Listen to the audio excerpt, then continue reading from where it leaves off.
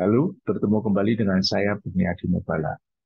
Pada video kali ini kita akan membahas tentang eh, langkah pertama dalam analisis resiko untuk RBI, yaitu identifikasi mekanisme kerusakan dan modal kegagalan.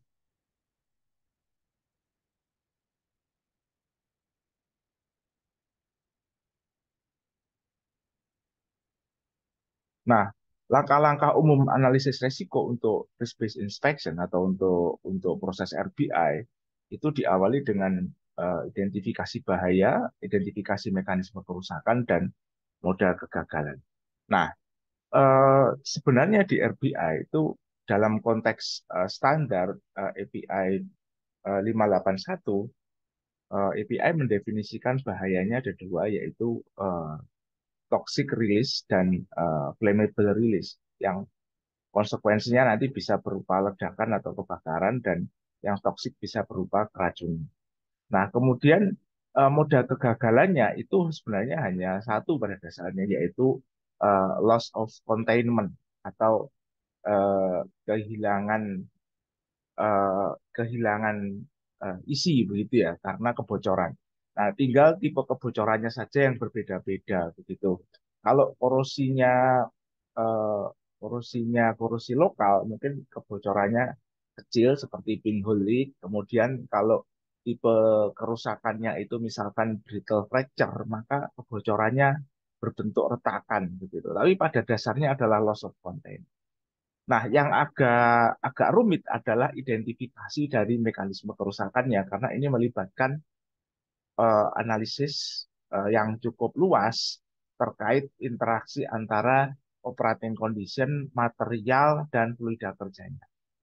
Lalu setelah ini ada langkah selanjutnya adalah penentuan probability of failure, penentuan consequence of failure, dan penentuan resiko. Baik,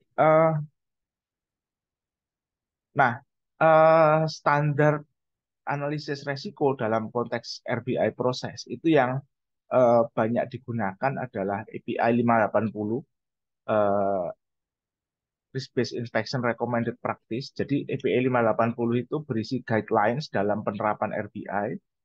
Lalu kemudian ada API 581 yang memuat metodologi analisis resikonya dan kemudian prioritisasi lalu penjadwalan inspeksinya.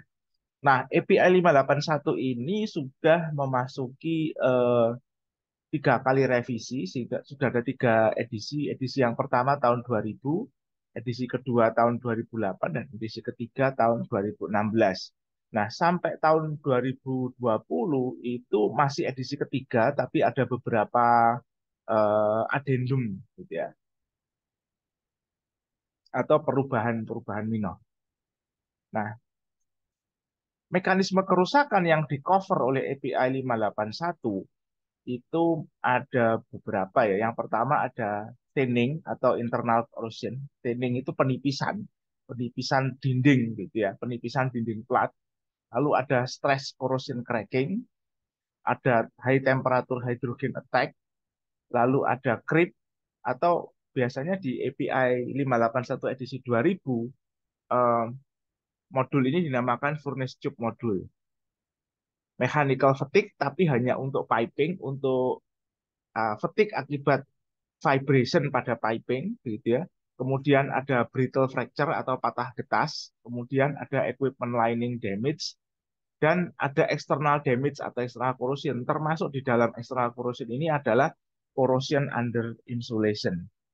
Nah, eh, ketika terjadi revisi dari edisi satu ke edisi 2, saya cek sepertinya eh, krip ini menghilang, tidak ada lagi di edisi 2 maupun edisi 3. Nah, sebenarnya krip ini eh, apa namanya lebih di cover lebih dalam lagi nanti ada di API 579 atau apa namanya fitness for service gitu ya. Jadi di edisi 2 dan 3 yang krip ini tidak ada lagi. di deprecate masuk ke deprecated.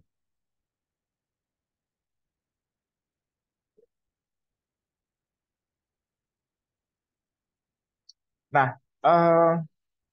sebenarnya identifikasi mekanisme kerusakan ini adalah sebuah proses yang apa ya istilahnya yang tidak sederhana karena biasanya harus melibatkan melibatkan tim begitu ya, melibatkan tim. Jadi ini merupakan teamwork. Harusnya ini dikerjakan oleh tim gitu ya, di mana anggota tim itu ada yang memiliki spesialisasi pada prosesnya sehingga dia memahami kondisi proses.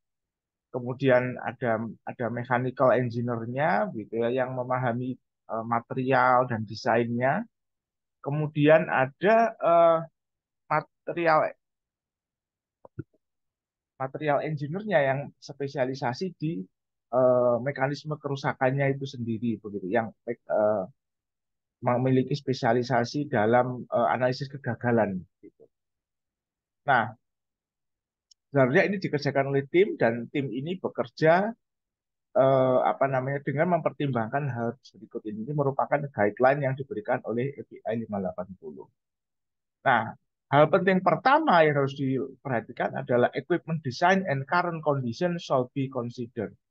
Jadi equipment design artinya apa namanya normal condition pada saat eh, didesain, kemudian seperti material, temperatur dan pressure serta eh, kondisi saat ini, kondisi operasi saat ini harus dipertimbangkan. Artinya apakah ada perbedaan dan seterusnya. Data use and assumption shall be validated and documented. Jadi asumsi-asumsi dasar yang kita pakai untuk menyederhanakan proses analisisnya itu harus kita dokumentasikan. Kemudian yang kedua adalah all process condition ini ya shall be considered. Jadi semua kondisi proses ya, ini harus dipertimbangkan. Termasuk di dalamnya startup, shutdown, idle, anticipated abnormal, normal, kemudian ada plain process change dan seterusnya. Kemudian tidak hanya fluida kerja utama saja, tapi trace konstituen atau misalkan bisa dikatakan pengotor itu harus dipertimbangkan. Oke, karena ini bisa memiliki efek yang signifikan meskipun kadarnya hanya dalam ppm atau part per million. Jadi misalkan kalau fluida kerjanya itu gas alam, itu bukan hanya kandungan CH4, C2-nya, C3-nya, tapi trace elemennya, misalkan apakah ada sulfur, ada CO2, ada yang lain, dan seterusnya itu harus juga dipertimbangkan masuk ke dalam analisis. Jadi kita tidak boleh mengeksklud gitu ya, apa namanya keberadaan trace elemen atau eh, senyawa-senyawa apa namanya senyawa-senyawa yang kadarnya kecil-kecil tersebut pengotor-pengotor itu sebenarnya. Oke. Nah, selanjutnya adalah oke.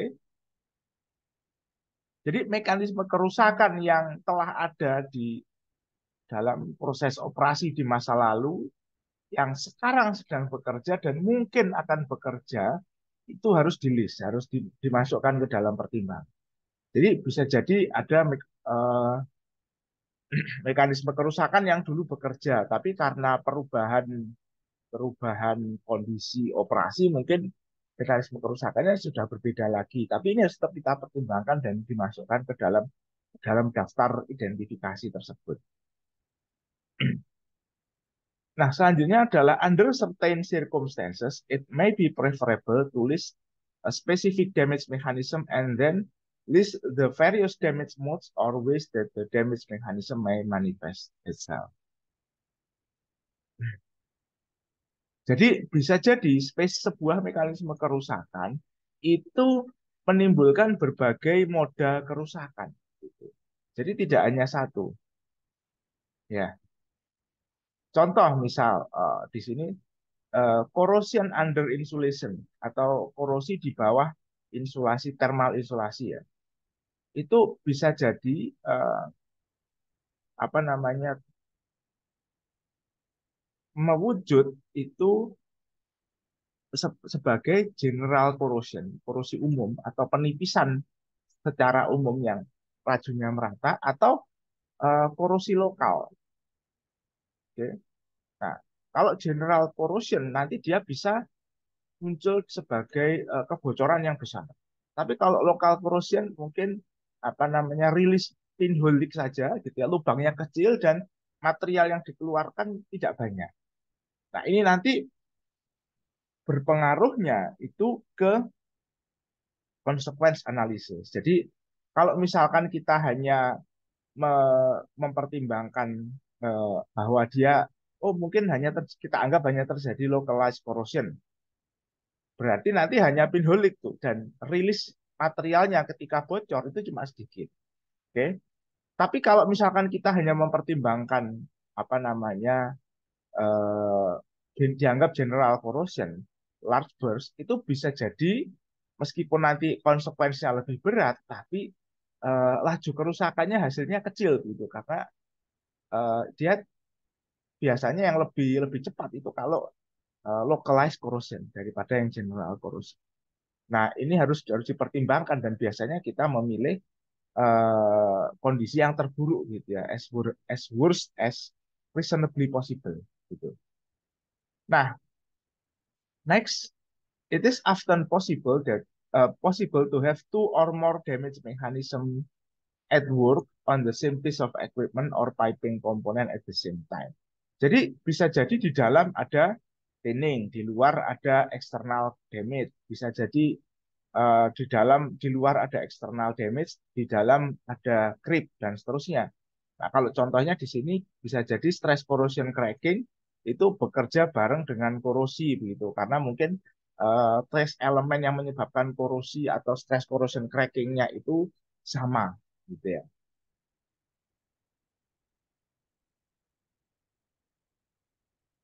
Nah, ini adalah guideline untuk melakukan damage mechanism. Eh, Nah, bagaimana kalau kita belum berpengalaman untuk melakukan identifikasi mekanisme kerusakan atau misalkan tidak tersedia spesialis tim yang memiliki kompetensi yang cukup mumpuni. Nah, kita bisa melakukan penyederhanaan prosesnya menggunakan screening questions. Nah, screening question ini daftarnya dapat kita lihat di masing-masing modul di API 581 di masing-masing modul perhitungan laju kerusakan dari masing-masing damage mechanism yang di cover tadi itu ada screening question. Nah, screening question ini juga berubah-ubah sesuai dengan edisi API-nya. Jadi 2000 agak ada sedikit berbeda, nanti di 2008 berbeda lagi di apa namanya 2016. Nah, screening question yang ini saya ambilkan dari API 581 2000. Kenapa? Karena nanti ini berguna untuk proses analisis yang multi level ya, mulai dari yang kualitatif dulu masuk semi kuantitatif gitu ya. Karena yang analisis level yang kualitatif itu tidak ada di edisi 2 dan 3. Jadi kita tetap pakai edisi pertama. Nah, yang pertama di modul G, yaitu modul training, itu eh, ini adalah screening questionnya dari modul training atau corrosion, internal corrosion, gitu ya. Jadi ini modul training. Nah, ini ada beberapa pertanyaan, ada 8 pertanyaan sesuai dengan tipe korosi yang di cover oleh modul G. Yang pertama adalah korosi HCl, gitu, korosi karena HCl. Nah, pertanyaannya adalah, does the process contain uh, hydrochloric acid? Nah, kemudian is free water present in the process stream, including initial condensing condition. Is the pH less than 7? Jadi seperti ini pertanyaan. Nah, ini kalau misalkan jawabannya ya, kita masuk ke modul G.6. Jadi submodul dari modul G. Kemudian ada high temperature sulfidic naphthenic acid corrosion. Pertanyaannya adalah apakah prosesnya mengandung minyak yang dimana minyaknya memiliki sulfur gitu ya. Nah, Bisa jadi sulfur ini ada dalam bahan bakar. Gitu ya. Misalkan untuk sistem bahan bakar cair, gitu ya, bisa jadi ini ada di dalam bahan bakarnya ada sulfurnya. Lalu apakah temperatur operasi di atas 400 derajat Fahrenheit? Kemudian yang ketiga adalah korosi H2S, kemudian ada korosi H2SO4, gitu ya. Lalu ada korosi HF, hydrofluoric acid, kemudian ada sour water corrosion, gitu ya. Ini juga H2S yang larut dalam air, lalu ada amin corrosion, gitu ya. Ini biasanya kalau prosesnya mengandung MEA, DEA, MDEA, DIPA, dan seterusnya. Lalu ada high temperature oxidation. Ini kalau temperaturnya di atas 90 derajat Fahrenheit. Oke. Nah, kemudian nanti di masing-masing modul itu ada flowchart-nya, di mana flowchart itu bisa kita gunakan untuk memperkirakan laju korosi. Oke, ini modul teknik. Nah, ini proses identifikasi mekanisme kerusakan yang masuk ke dalam modul training atau korosi. Oke, setelah modul training itu ada stress corrosion cracking di modul H. Nah, ada 7 mekanisme kerusakan kaitannya dengan stress corrosion cracking. Yang pertama adalah caustic cracking. Pertanyaannya adalah apakah materialnya itu eh, ter, eh, material yang digunakan untuk perawatan tersebut merupakan baja karbon atau low alloy, gitu ya. Lalu ada amin cracking, gitu ya. Ini kalau kita lihat trace elemennya atau fluida kerjanya itu sama dengan yang tadi amin corrosion. Jadi kalau ini ada amin, bisa jadi dia ada amin corrosion dan amin cracking, gitu. Lalu kemudian ada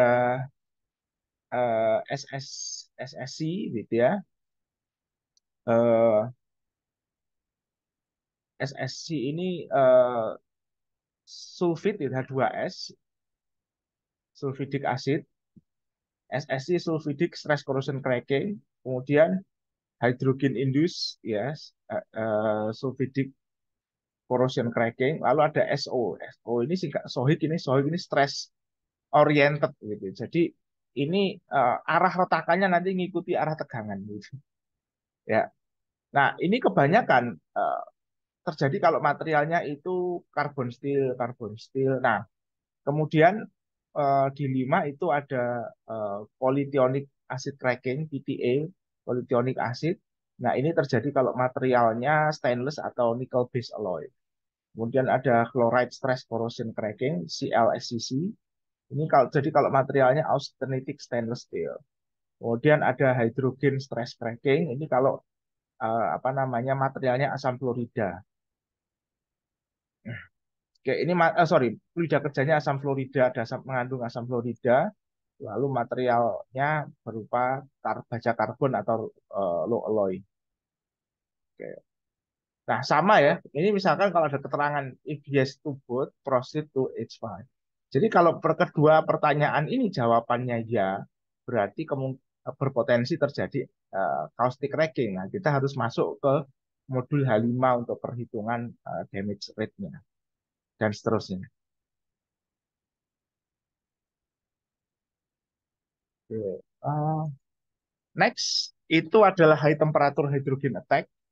Nah, ini screening questionnya cuma ada 2 ya, karena ini hanya satu tipe damage di dalam THA ini. Nah, ini ada di modul I. Jadi apakah materialnya ada baja karbon atau low alloy? Kemudian apakah temperatur operasinya di atas 400 derajat Fahrenheit dan tekanan operasinya di atas 80 PSIE, PSIE ya. Nah,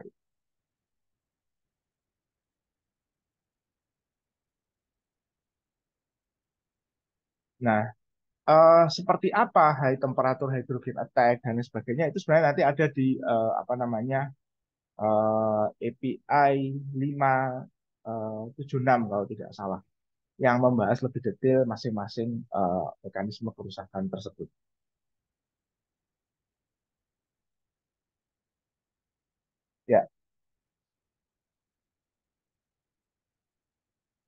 Next, oh sorry, ya, oh, ini ya kita masuk ke furnace tube atau crib. Nah, pertanyaannya sederhana di sini is the type of equipment a fire heater or furnace used in to heat liquid process stream. Jadi ini biasanya berlaku untuk misalkan apa ya, boiler atau kemudian steam HRSG heat recovery, steam generator dan seterusnya. Nah, kalau yes, maka kita harus masuk ke modul furnace tube untuk memperkirakan damage rate akibat creep yang mungkin terjadi.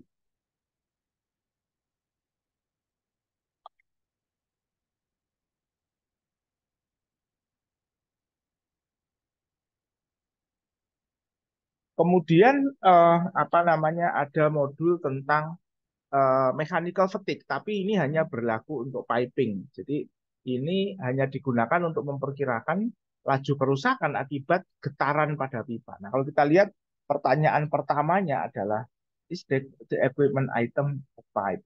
Jadi, kalau bukan piping, kita nggak bisa pakai modul ini.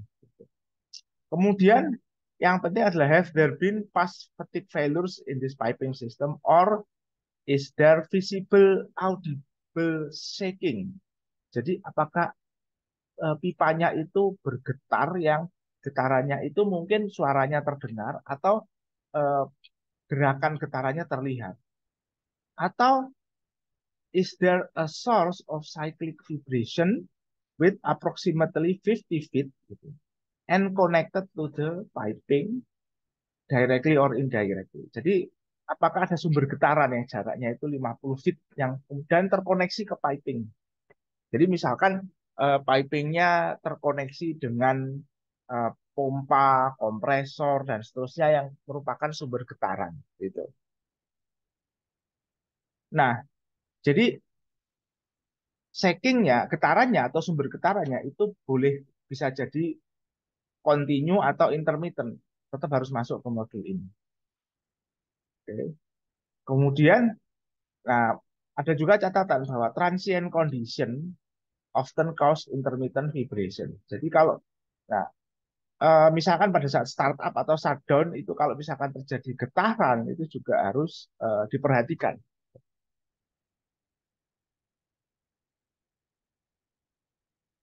Nah, next yang selanjutnya adalah brittle fracture atau patah getas. Nah, apa namanya? Kalau kita lihat ini ada 4 submekanisme kerusakan yang bisa menyebabkan patah getas. Yang pertama adalah low uh, temperature low toughness fracture gitu. Nah, jadi ini pertanyaannya adalah apakah materialnya karbon atau low alloy steel? Oke. Kemudian ada tabelnya, tabel L6 supaya kita bisa mengecek ini termasuk yang karbon atau low alloy steel. Oke. Kemudian do you know the MDMT? MDMT ini adalah minimum design metal temperature. Jadi apakah kita tahu data MDMT-nya? Nah, kalau tidak, kita nanti masuk ke modul L8. Kalau iya, kita masuk ke pertanyaan C. Nah, can the operating temperature under normal or upset condition go below the minimum design metal temperature? Nah, kalau ini yes, berarti nanti masuk ke modul ini, L8. Masuk ke modul, apa namanya, gitu. Nah, kemudian yang kedua ada namanya temper embrittlement. Ini biasanya terjadi pada material ini ya. 1/4 CR setengah MO, 2/4 CR setengah MO, 3 CR 1 MO. Nah, temperaturnya antara 650 sampai 1070 Fahrenheit. Jadi ini temperaturnya agak tinggi ya, di atas temperatur kamar. Kalau ini tadi yang satu karena temperatur rendah. Lalu ada 885 degree embrittlement. Jadi ini penggetasan pada temperatur 885 derajat Fahrenheit. Nah, terjadinya pada material apa namanya dengan kandungan kromium yang tinggi dan tipenya ferritic gitu. Baja ferritic dengan kandungan kromium tinggi di atas 20%, 12%, lalu temperaturnya ini 700 sampai 1050 Fahrenheit. Lalu keempat ada sigma phase embrittlement. Jadi ini penggetasan karena pembentukan fase sigma. Ini terjadi pada authentic stainless steel. Nah, temperatur operasi antara 1100 sampai 1700 Fahrenheit.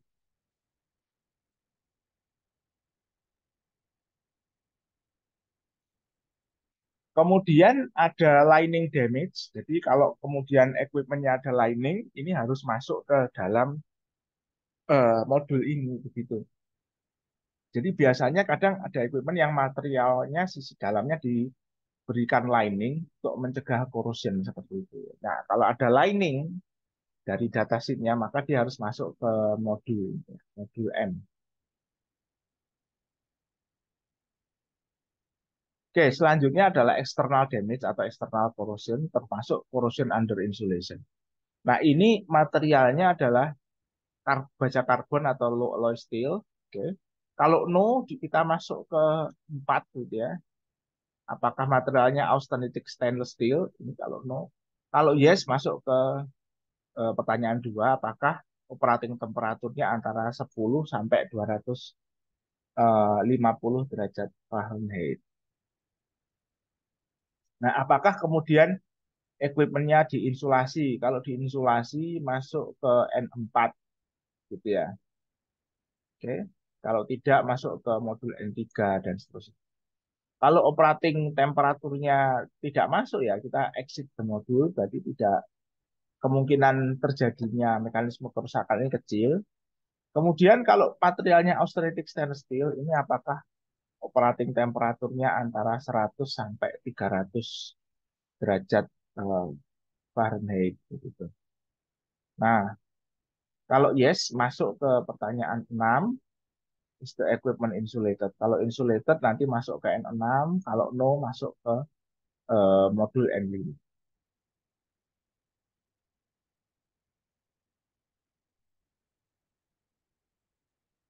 Oke, nah sekian tentang identifikasi mekanisme kerusakan untuk analisis resiko dalam RBI proses. Nah, selanjutnya nanti kita akan membahas bagaimana melakukan analisis kualitas RBI kualitatif menggunakan API 581 edisi pertama tahun 2000.